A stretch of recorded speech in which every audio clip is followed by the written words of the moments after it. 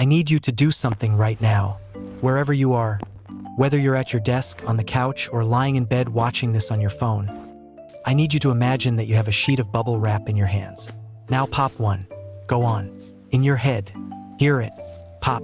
That sound, that completely irrational, deeply satisfying, utterly pointless pop, is one of the most universally comforting sounds in human experience. Scientists have actually studied this. The act of popping bubble wrap has been shown to reduce stress hormones in the body. It triggers a mild release of dopamine. It is, technically speaking, a form of therapy. There are entire apps dedicated to simulating the sensation. One of them, just called Bubble Wrap, has been downloaded tens of millions of times. You can buy bubble wrap-scented candles, bubble wrap jewelry. A bubble wrap wedding dress was once designed for a fashion show in Japan. The world is obsessed with this stuff, and the packaging industry alone is worth over $5 billion, largely because of it. And here is the thing that makes me lose my mind every time I think about it.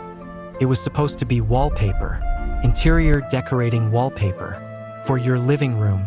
Two engineers sat in a garage in New Jersey in 1957, genuinely believing they were reinventing home decor, and produced something that looked so strange and impractical that nobody wanted it on their walls. Then they tried to sell it as greenhouse insulation. Nobody wanted that either. They failed, twice, spectacularly. And then one phone call from IBM changed everything.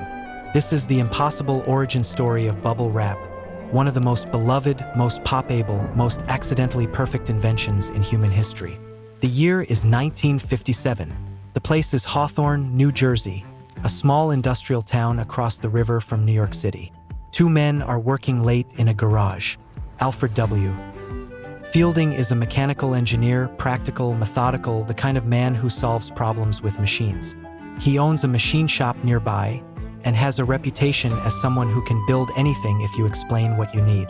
His partner is Mark Chavon, Swiss-born, a chemical engineer with the imagination of an artist and the restlessness of someone who is never satisfied with how things are done.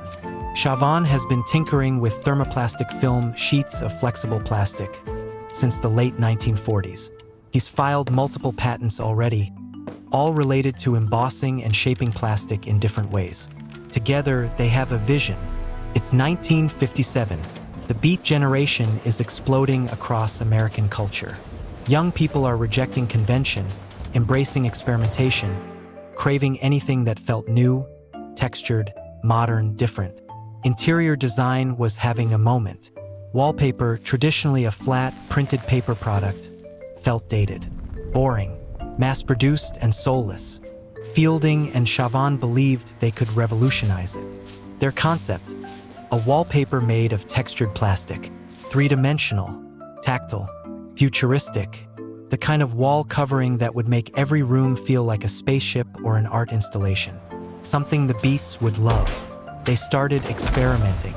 The method they landed on was straightforward in concept. Take two sheets of plastic, they used shower curtains which were readily available in the right gauge, and heat seal them together. If they could trap air between the layers in a controlled pattern, they'd get a textured plastic surface. Three-dimensional, grippy, visually interesting. They ran the shower curtains through Fielding's heat sealing machine. The machine worked, the plastic sealed, and trapped between the two sheets in a scattered, irregular pattern were hundreds of little pockets of air, bubbles. The two men looked at what they'd made. It was not quite what they'd imagined. The air pockets weren't evenly spaced. The surface wasn't smooth or elegant.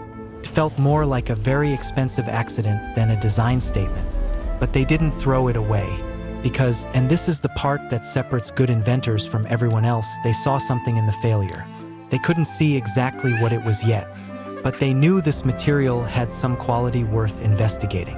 Something in the texture, something in the way the air cushioned your touch. They filed their first patent for the process.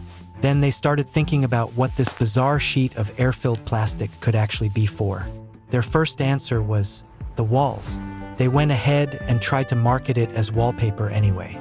Took samples to interior designers, home goods stores, decorators. The reaction was uniform. Polite confusion, followed by a firm no thank you.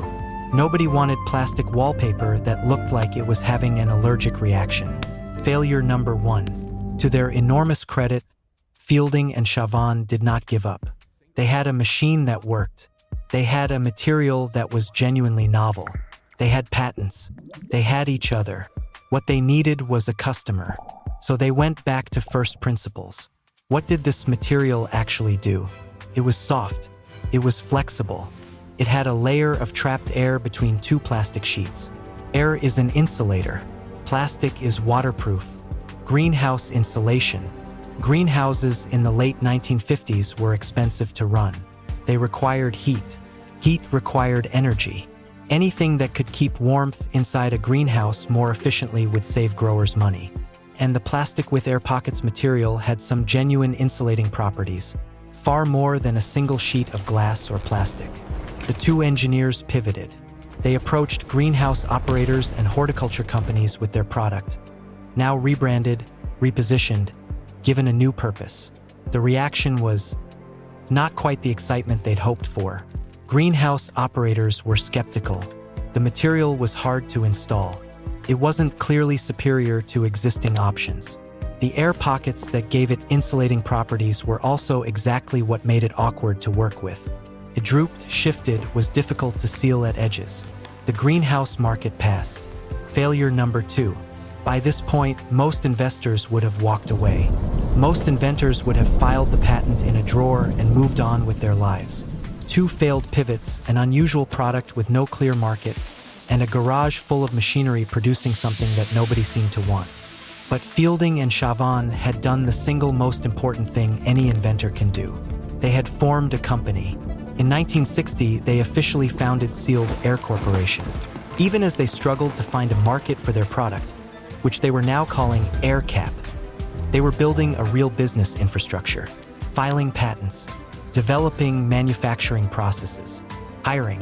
The machine Fielding had built to create the bubble material was remarkable, capable of producing perfectly uniform grids of air cells, much more consistent than the shower curtain prototype. They knew, even as the rejections piled up, that what they'd made was genuinely special. It just needed the right application. And then, in 1961, a marketer named Frederick Bowers walked into a meeting and changed everything. Frederick Bowers worked as a marketer for Sealed Air. Not an engineer, not an inventor, a man whose job was to look at products and ask, who needs this and why? He'd been turning the air cap material over in his mind for months, and he'd been paying attention to something happening in the technology world. IBM International Business Machines had just announced the IBM 1401, the first genuinely affordable, widely available commercial computer. A mainframe the size of a large refrigerator. The machine that would change business computing forever. And here was the problem. IBM needed to ship these computers everywhere, to businesses across America, across the world. And computers, especially in 1961, when they contained delicate vacuum tubes and sensitive electronics, did not tolerate rough handling. One hard knock in transit and the machine could arrive broken, unusable, a catastrophic loss for both IBM and the customer. The existing packaging solutions were terrible. Crumpled newspaper was messy and inconsistent. Sawdust worked but was impossibly dirty. Horsehair was used for padding but was expensive and unreliable.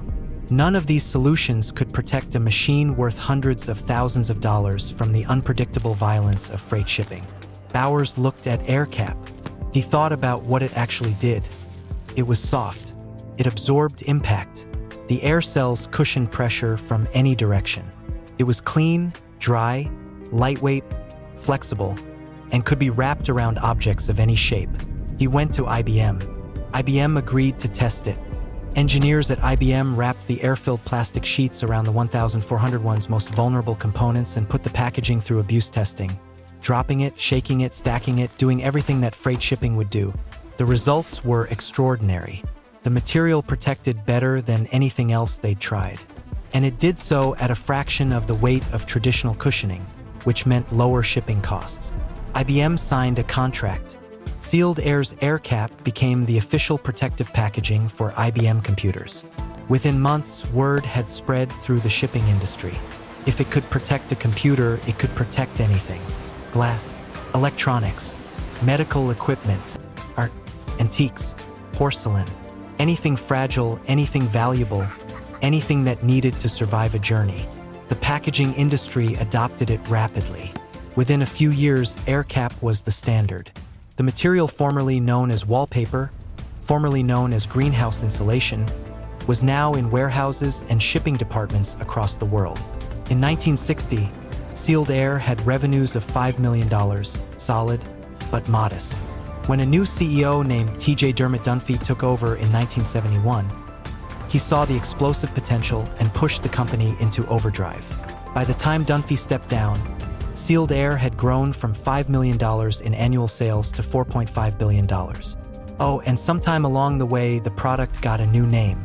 AirCap was replaced by a name that captured exactly what people did to it when they got their hands on it: bubble wrap. Fielding and Chavon were inducted into the New Jersey Inventors Hall of Fame in 1993. Alfred Fielding's son Howard, who had been 5 years old when his father brought home the prototype and had squeezed the bubbles purely out of childlike instinct, is now considered, half-jokingly, to be the first person in history to pop bubble wrap. The bubble wrap story teaches something that every inventor and entrepreneur needs to understand. The product you create is not always the product you think you're creating. Fielding and Chavon made something real, something novel, something that had genuine physical properties worth building on. But their assumptions about what those properties were completely wrong. Twice. The lesson isn't that they were bad inventors. The lesson is that they were great inventors who were honest enough to keep asking, what problem does this actually solve? Not what problem they wished it solved. What problem it actually solved. And the answer, in the end, was so much larger than wallpaper. So much larger than greenhouse insulation. The answer was protection, safety, the ability to send fragile things safely across the world. And the world, it turned out, desperately needed exactly that. The right product found its right purpose. It just took a few failed attempts and a marketer with a good eye to make the connection.